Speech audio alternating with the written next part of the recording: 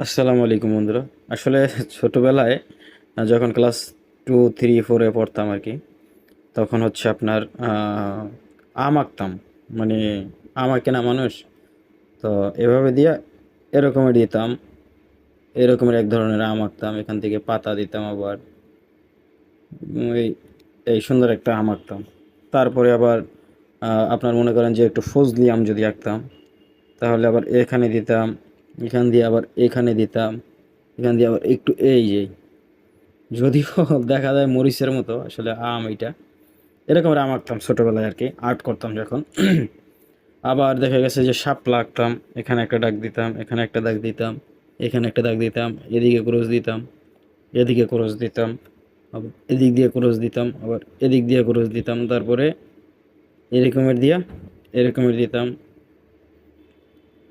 এরকমের পাতা দিতাম, পানি আঁকতাম। মানে এগুলো হচ্ছে শৈশবের আর্ট, এগুলো আসলে সচরাচর সবাই করছে ছোটবেলায়। তো ধন্যবাদ।